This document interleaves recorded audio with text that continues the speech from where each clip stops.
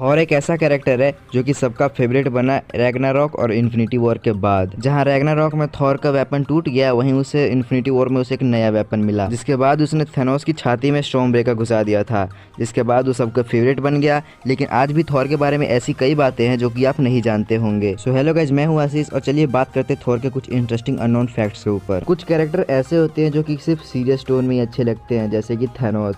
लेकिन वहीं कुछ कैरेक्टर ऐसे होते हैं जो कि कॉमेडी करते हुए अच्छे लगते हैं, जैसे कि थॉर, जिसको कि पहले सीरियस सुपर हीरो के रूप में दिखाया गया था लेकिन बात नहीं बनी। जिसके बाद आई टाइका वाइटिटी, जिन्होंने थॉर रैग्नारोक को एक अलग मोड़ दिया। उन्होंने थॉर के कैरेक्टर के साथ थोड़ा कॉमेडी का तड़का लगाया और ये मूवी ऑडियंस को काफी पसंद आई। जिसके बाद इन्फिनिटी वॉर के बाद थॉर सबका फेवरेट बन गया। क्रिस हेम्सवर्थ जो कि थॉर का रोल प्ले करते हैं, उनका कॉन्ट्रैक्ट एवेंजर्स एंड गेम के बाद खत्म होने वाला था, लेकिन थॉर की पॉपुलैरिटी को देखते हुए क्रिस हेम्सवर्थ इसको और ज्यादा लंबे टाइम तक प्ले करना चाहते थे, जिसकी वजह से हमें थॉर 4 देखने को मिली। लेकिन ये मूवी फैंस के एक्सपेक्टेशन को पूरा नहीं कर पाई। टाइका वाइटिटी ने जिस गड्ढे से थॉर को बाहर निकाला था, वापस उसी में उसको ढकेल दिया। वैसे ये बात तो सबको पता हो कि लोकी का जो रोल प्ले करते टॉम हिडलसन, उन्होंने सबसे पहले थॉर के लिए ऑडिशन दिया था, लेकिन वो सेलेक्ट नहीं हो पाए। लेकिन उनकी बेहतरीन एक्टिंग को देखते हुए उन्हें मिला लोकी का रोल, जिसको कि उन्होंने काफी बेहतर ढंग से प्ले किया। लेकिन एक बात जो आपको नहीं पता होगी वो ये कि क्रिस हेम्सवर्थ के भाई लायम हेम्सवर्थ ने भी इस रोल के लिए ऑडिशन दिया था, बट वो सिलेक्ट नहीं हो पाए क्योंकि वो थॉर के कैरेक्टर के लिए काफी ज्यादा यंग थे। थॉर जिसको कि काफी बार आपने एमसीयू में उड़ते हुए देखा होगा,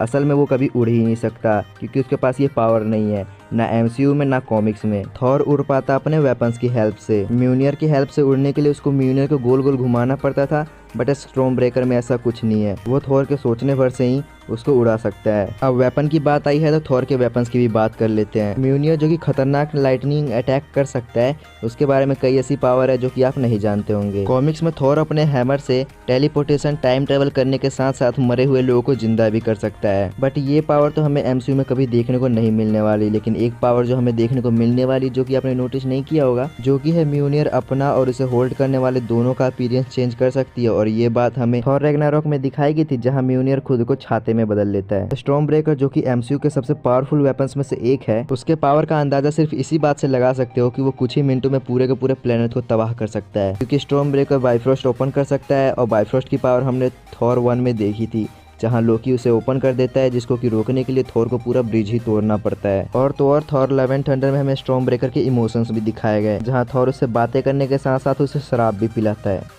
वो नहीं पता कि पिया कि नहीं पिया उसने। हमें एमसीयू में थॉर की एज 1500 साल बताई गई है और आगे भी वो हजारों साल तक जिंदा रहने वाला है। लेकिन क्या आपको पता है कि उसकी इस एज का राज और कुछ नहीं बल्कि एक सेब है। वो सेब जो कि एसगार्ड में उगाया जाता है। मार्वल कॉमिक्स में साफ साफ बताया गया है कि सभी एसगार्डियंस इसी सेब को खा के अपनी एज को बढ़ाते हैं, बट एमसीयू में हमें ऐसा कुछ देखने को नहीं मिला है और मुझे नहीं लगता कि ऐसा कुछ वो दिखाएंगे भी। कई लोगों को ऐसा लगता है कि म्यूनियर को सिर्फ वही उठा सकता है जो कि उसके लिए वर्दी हो, लेकिन मैं आपको बता दूं कि म्यूनियर को कोई भी उठा सकता है। ये बात लॉजिकल है कि जब म्यूनियर स्पेस में होगा तो उसे कोई भी उठा सकता है, क्योंकि वहाँ ग्रेविटी नहीं होगी। लेकिन बात यह है कि इसके पावर का कोई यूज नहीं कर पाएगा, इसके पावर को वही यूज कर पाएगा जो कि वर्दी हो। और के पास कई सारी एबिलिटी है, जिनमें से एक एबिलिटी ये भी है कि वो यूनिवर्स की सभी लैंग्वेज को जानता है। और ये बात हमें एमसीयू में इन्फिनिटी वॉर में भी देखने को मिली थी, जहां उसे ग्रूट लैंग्वेज भी आती थी। हमें एमसीयू में फर्स्ट थॉर मूवी 2011 में देखने को मिली थी, बट ये मूवी हमें और पहले देखने को मिल सकती थी। सैम राइमी जो कि 1990 में ही